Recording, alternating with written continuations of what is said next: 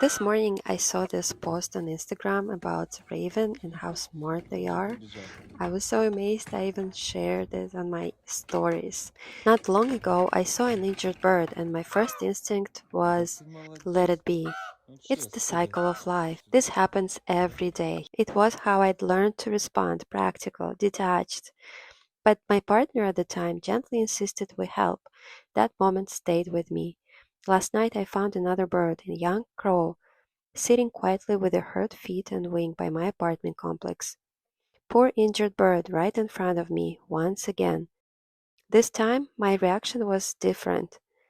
I placed it in a box and drove it to the Wildlife Emergency Center.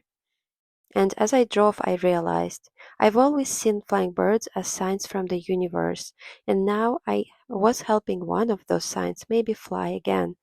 We are all connected, people, animals, and the earth. I wouldn't walk away anymore.